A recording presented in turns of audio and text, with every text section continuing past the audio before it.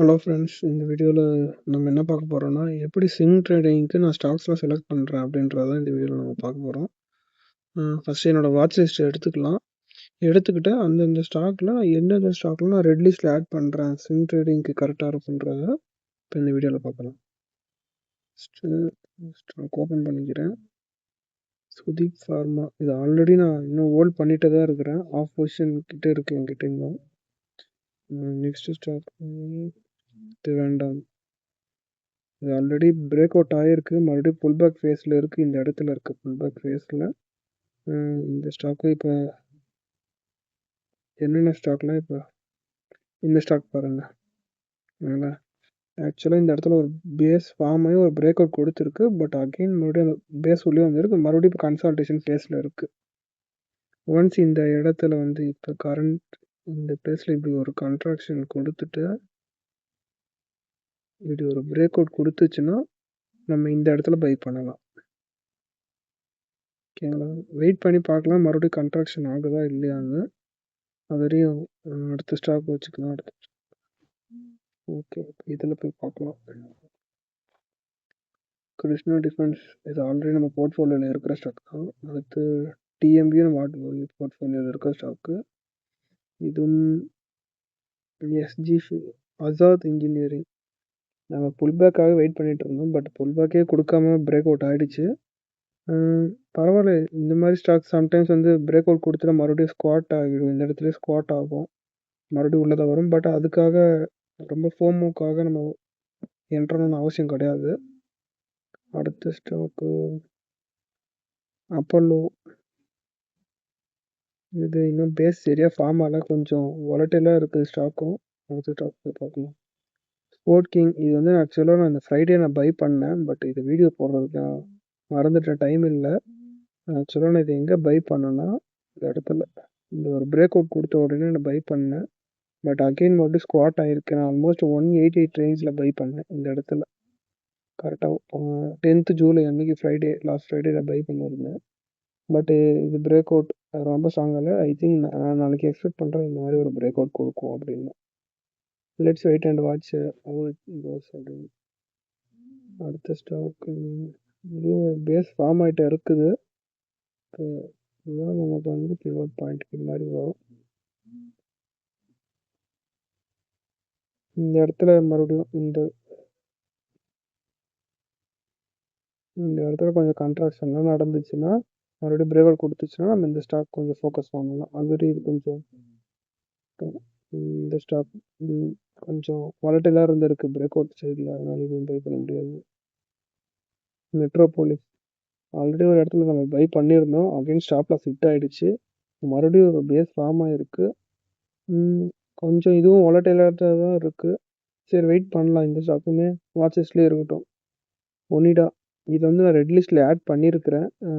Because இது பார்த்தீங்கன்னா நல்ல பேஸு. இந்த இடத்துல பேஸு நல்ல ஒரு கன்ட்ராக்ஷனான இதுவுமே ரொம்ப பெருசாக இல்லை. செக் பண்ணி பார்க்கலாம். அதே கன்ட்ராக்ஷன் ஆல்மோஸ்ட் ஒரு 8 to 9% தான் இருக்குது. ஸோ பிரேக் அவுட் மண்டே எப்படி பிரேக் அவுட் ஆகுது அப்படின்னு பார்த்துக்கலாம். இது வந்து நம்மளோட ரெட் லிஸ்ட்டில் ஆட் பண்ணிக்கலாம். ஒனிடா ஆல்ரெடி நம்மளோட ரெட் லிஸ்ட்டில் தான் இருக்குது இது. ஸோ அடுத்த ஸ்டாக் பார்க்கலாம். நோவர்டிஸ் இதுவுமே நல்ல ஒரு வாலட்டிலிட்டி கன்ட்ராக்ஷன் பேட்டர்ன். பாருங்கள் பேஸ் எப்படி ஃபார்ம் ஆகிருக்கு பார்த்தீங்களா. பட் நான் இதையே அவாய்ட் பண்ணியிருக்கிறேன்னா இது வால்யூம் எல்லாம் எடுத்து பார்த்தீங்கன்னா உங்களுக்கே தெரியும். 47K 44K 18K ரொம்ப வால்யூம் வந்து ரொம்ப கம்மியாக இருக்குது. ரொம்ப லோ வால்யூம் ஸ்டாக் வந்து நம்ம மோஸ்ட்லி பை பண்ண மாட்டோம். ஸோ அதனால தான் நான் இதை அவாய்ட் பண்ணி வச்சுருக்கிறேன் இந்த ஸ்டாக்கை. NR bearing Ruby mills already ஒரு ஃப்ளாக் பேட்டர்ன்லேருந்து பிரேக் அவுட் ஆகிருக்கு. இதுதான் ஃப்ளாக் பேட்டர்ன் சொல்லுவாங்க. இதில் ஆல்மோஸ்ட் டவுன்லேருந்து பார்த்தீங்கன்னா ஆல்மோஸ்ட் 110% கிட்ட போயிட்டு ஒரு சின்ன ஃப்ளாக் மாதிரி ஃபார்ம் ஆகிருக்கு. அகைன் ஒரு பிரேக் அவுட் கொடுத்துருக்கு. இந்த இடத்துல பார்த்தீங்கன்னா ஒரு பிரேக் அவுட் நமக்கு கொடுத்துருக்கு. பட் ஒரு கன்ட்ராக்ஷன் ஒரு இல்லாதன்னு பிரேக் அவுட் கொடுத்ததுன்னா நம்மளால் ஸ்டாப்லஸ் வந்து கரெக்டாக ஃபிக்ஸ் பண்ண முடியாது. ரொம்ப வைட் ஸ்டாப்லஸ். இங்கே கன்ட்ராக்ஷன் கொடுக்காம பை பண்ணிங்கன்னா நம்ம ஸ்டாப்லஸ் வந்து இங்கே தான் ஃபிக்ஸ் பண்ணுற மாதிரி இருக்கும்.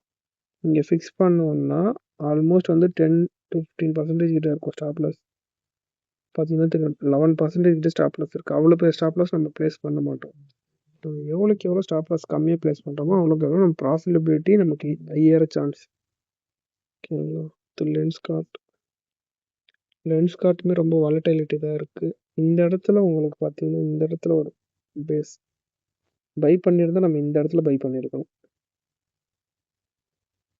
இந்த ரேஞ்சில் பை பண்ணியிருந்தோம்னா நம்ம ஸ்டாப் லாஸ் எங்கே ப்ளேஸ் பண்ணியிருக்கலாம்னா இங்கே ப்ளேஸ் பண்ணியிருக்கலாம், கரெக்டாக இருந்திருக்கும். பட் நம்ம அங்கே பை பண்ணலை.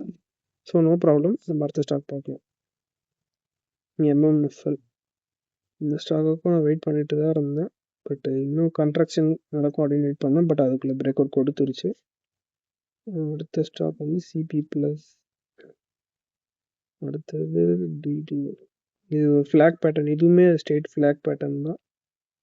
இது பார்த்தீங்கன்னா உங்களுக்கு தெரியும், ஆல்மோஸ்ட் 100% கிட்ட அப் மூவ் இருக்குது. பட் அகைன் மறுபடியும் ஒரு சின்ன கன்ட்ராக்ஷன். இந்த இடத்துல ஒரு சின்னதாக ஒரு கன்ட்ராக்ஷன் நடந்துட்டு இந்த இடத்துல ஒரு பிரேக் அவுட் கொடுத்துச்சுன்னா நம்ம பை பண்ணலாம். கரெக்டாக இந்த இடத்துல நம்ம பை பண்ணலாம். சரிங்களா? அடுத்த ஸ்டாக் பார்க்கலாம். SMS pharmaceuticals. ஃபார்மா செக்டர்ஸ் எல்லாமே நான் செக் பண்ணிட்டு தான் இருக்கேன். பட் ஃபார்மா செக்டர் எல்லாமே நல்லா தான் பர்ஃபார்ம் பண்ணிட்டு இருக்கு. பட் இருந்தாலும் இதில் பாருங்கள், நல்லா ஹியூஜ் கேண்டில்ஸாக இருக்குது. ஸோ சப்ளை அதிகமாக இருக்குது இந்த ஸ்டாக்கு. இந்த இடத்துலையுமே பிரேக் அவுட் கொடுக்க போய் மறுபடியும் கன்ட்ராக்ஷன் இருக்குது. இந்த இடத்துலையுமே பெரிய ஒரு large red candle. So next stock பார்க்கலாம். IDFH. இங்கே பாருங்கள், இதுதான் சீட் பேட்டர்ன்னு சொல்லுவாங்க.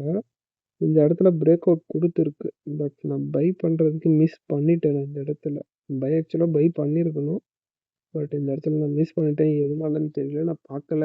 சம்திங் டே டைமில் நான் ஆக்சுவலாக மானிட்டர் பண்ணேன், அதனால மிஸ் பண்ணிட்டேன். சீட் பேட்டர்ன் சொல்லுவாங்க. ஓகேங்களா? இதுதான் சீட் பேட்டர்ன். இந்த இடத்துல வந்து கன்ட்ராக்ஷன் நடந்து பிரேக் அவுட் கொடுத்ததுன்னா வாலட்டிலிட்டி கன்ட்ராக்ஷன் பேட்டர்ன், இல்லைன்னா கப்ளி கேண்டில் பேட்டர்ன் சொல்லுவாங்க. அதுக்கு பிலோவே நமக்கு இந்த மாதிரி பிரேக் அவுட் கொடுத்ததுன்னா அதை சீட் பேட்டர்ன் அப்படி சொல்லுவாங்க. ஜம்நாட்டோ, நான் இந்த ஸ்டாக்கு தான் ஆக்சுவலாக வெயிட் பண்ணிட்டு இருக்கிறேன். ஆனால் வந்து இங்கே பாருங்கள், நல்ல ஒரு பேஸ் ஃபார்ம் ஆகிருக்கு இந்த இடத்துல. இதெல்லாம் பேஸ் ஃபார்ம் ஆகிட்டு மறுபடியும் இங்கே கன்ட்ராக்ஷன், சாரி, நல்லா இந்த இடத்துல நல்லா கன்ட்ராக்ஷன், ரைட் ஹேண்ட் சைடில் நல்லா கன்ட்ராக்ஷன் கொடுத்துட்டு நல்லா பிரேக் அவுட் ஆச்சுன்னா இந்த இடத்துல பை பண்ணுறதுக்கு சான்சஸ் இந்த. அது வரையும் வெயிட் பண்ணி பார்க்கலாம் எப்படி அந்த இடத்துல ரைட் சைடு ஹேண்டில் சைடில் வந்து எப்படி ஸ்டாக் ப்ரைஸ் வந்து ஆக்ட் ஆகுது அப்படின்னு பார்த்துட்டு தான் நம்ம பை பண்ண முடியும். ஓகேங்களா? உஷா மார்ட் கூட ஒரு சின்னதாக ஒரு கப்பி பேஸ் ஃபார்ம் ஆகிருக்கு நமக்கு. அடுத்து ஆக்சுவலாக நிறைய ஸ்டாக்ஸ் இல்லை வாட்ச் லிஸ்ட்டில். மார்க்கெட் சென்டிமெண்ட்டுமே அவ்வளோ சரியில்லை, அதனால நிறைய ஸ்டாக்ஸ் வந்து பிரேக் அவுட்டுக்கு ரெடியாக இல்லை. ஸோ இந்த ஸ்டாக் பார்த்தீங்கன்னா கொஞ்சம் ஓரளவுக்கு நல்லா ஃபார்ம் ஆகிருக்கு. இங்கே பாருங்கள், நல்லா தெரியுதுங்களா உங்களுக்கு வாலட்டிலிட்டி கன்ட்ராக்ஷன் பேட்டர்ன். இங்கே நல்லா ஃபஸ்ட் டைம் வந்து ஒரு ஐ டச் பண்ணிட்டு ஒரு கன்ட்ராக்ஷன் ஆல்மோஸ்ட் 19% கிட்ட டவுன் இருக்குது. அகெயின் பார்த்தீங்கன்னா ஒரு ஐ போயிட்டு அகெயின் ஒரு 15% கிட்ட டவுன். மறுபடியும் தேர்ட் டைம் மறுபடியும் அதே டைம் டச் ஆகிட்டு பார்த்தீங்கன்னா ஆல்மோஸ்ட் ஒரு 6 to 7% தான் டவுன் ஆகிருக்கு. இதுதான் வாலட்டிலிட்டி கன்ட்ராக்ஷன் பேட்டர்ன்ஸ் சொல்லுவாங்க. இது ஸ்டீல் கேஸ்ட் ஸ்டாக்குமே ஸ்டேஜ் 2 அப் ட்ரெண்டில் தான் இருக்குது. நம்ம பை பண்ணுறது இருந்தால் இந்த இடத்துல 7th ஜூலை ஐ பிரேக் ஆகிடுச்சுன்னா நம்ம இந்த இடத்துல வந்து பை பண்ணுறது சான்சஸ் ஆஃப் த. நான் ட்ரை பண்ணுவேன். பட்டு உங்களோட ஓன் அனாலிசிஸ் யூஸ் பண்ணி நீங்கள் பை பண்ணுங்கள். நான் சொல்கிறதுக்காக நீங்கள் பை பண்ண வேண்டாம். இதை வந்து ரெட் லிஸ்ட்டில் போட்டு வச்சிடலாம். எங்கே இருக்குது ஆக்சுவலாக இது ஸ்டீல் கேஸ்ட், இதை வந்து ரெட் லிஸ்ட்டில் ஆட் பண்ணிக்கிறேன். அடுத்தது வந்து அடுத்த வாட்ச் லிஸ்ட்டை போய் பார்க்கலாம். என்ஜி நல்லா ஃபார்ம் ஆகல. நெக்ஸ்ட் நான் இதுதான் உங்கள்கிட்ட காட்டணும்னு நினச்சிருந்தேன். AHCL இங்கே பாருங்கள், ஹியூஜ் பேஸ், பெரிய பேஸ். வீக்லியில் பார்த்தா உங்களுக்கு நல்லா தெரியும். இங்கே பாருங்கள், தெரியுதுங்களா? கரெக்டாக இந்த ஐயாண்டை வந்து கன்ட்ராக்ஷன் நடந்துட்டு இருக்குது.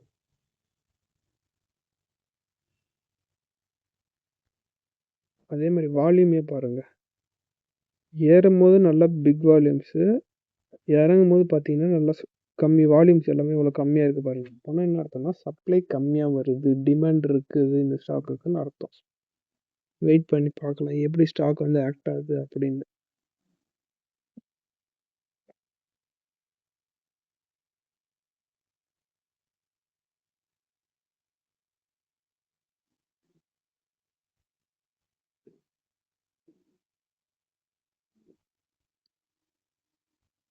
இந்த ஸ்டாக் பாருங்க. ஆல்ரெடி ஒரு பேஸ் ஃபார்ம் ஆகி பிரேக் அவுட் குடுத்துருக்கு. பட் அகைன் வந்து அந்த பிரேக் அவுட் ஃபெயில் ஆகி, இந்த இடத்துல நமக்கு பிரேக் அவுட் குடுத்துருக்கு. பார்த்தீங்கன்னா உங்களுக்கு தெரியும். பட் அகைன் அந்த பிரேக் அவுட் வந்து சஸ்டெயின் ஆகாம மறுபடியும் பிரேக் டவுன் ஆகியிருக்கு. பிரேக் டவுன் ஆகிக்கிட்டு மறுபடியும் ஒரு சின்ன பேஸ் வந்து ஃபார்ம் ஆக இந்த இடத்துல பார்க்குது. பட் வெயிட் பண்ணி பார்க்கலாம். பட் இன்னும் பை பண்ணுற ஏரியாக்கு இன்னும் வரல இந்த ரிக்கோ ஆட்டோ ஸ்டாக். ஜாம்னா ஆட்டோவும் அதே மாதிரி தான் இருக்கு. ஐ திங்க் ஆட்டோ செக்டர் எல்லாமே ஒன்றா தான் பிரேக் அவுட் கொடுக்கும்னு நினைக்கிறேன். எஸ்ஜி மார்ட் இந்த ஸ்டாக் தாங்க நாங்கள் பை பண்ணுறதுக்காக நான் வச்சுருந்தேன். பட் என்னால் பை பண்ணுறதுக்குள்ளே இந்த ஸ்டாக் ஆல்மோஸ்ட் ஒரு 5-6% ஏறி போயிடுச்சு. சரி அதனால் ரொம்ப ஹையில் போய் வாங்கக்கூடாதுன்றதுக்காக பை பண்ணலை. இங்கே பாருங்கள், நல்ல ஒரு பிரேக் அவுட் இதில் கொடுத்துருக்காங்க. தெரியுதுங்களா இப்படி பிரேக் அவுட் கொடுத்துருக்காங்க.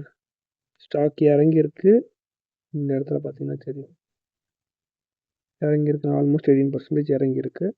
செகண்ட் டைம் பார்த்தீங்கன்னா ஆல்மோஸ்ட் 9% தான் இறங்கியிருக்கு. லாஸ்ட்டாக சின்னதாக ஒரு கண்ட்ராக்ஷன் நடந்திருக்கு பாருங்கள். அது பார்த்தீங்கன்னா வெறும் 3% தான் அந்த கண்ட்ராக்ஷன். நம்ம இந்த இடத்துல பை பண்ணியிருந்தோன்னா ஸ்டாப் லாஸு இங்கே ப்ளேஸ் பண்ணியிருக்கலாம். வெறும் 3% ரிஸ்க் மூலியமாக இப்போ நமக்கு எவ்வளோ ரிட்டர்ன்ஸ் வந்திருக்கும் பாருங்கள். நான் கேல்குலேட் பண்ணுறேன் பாருங்கள். 3% ரிஸ்க் எடுத்ததுனால இப்போ almost 19% almost 6x 1:6 risk reward ரேஷியோவில் இருக்குது இந்த ஸ்டாக். இன்னும் கூட இந்த இன்ச்சு மேலே போகும்னு நினைக்கிறேன். இன்னும் ஒரு 2 to 3 months ஹோல்ட் பண்ணோன்னா இன்னும் கொஞ்சம் மேலே போகும் நமக்கு. இண்டோடெக் இந்த ஸ்டாக்குமே நம்மளோட வாட்ச் லிஸ்ட்டில் இருந்துச்சு. பட் நம்மளால் பை பண்ண முடியல.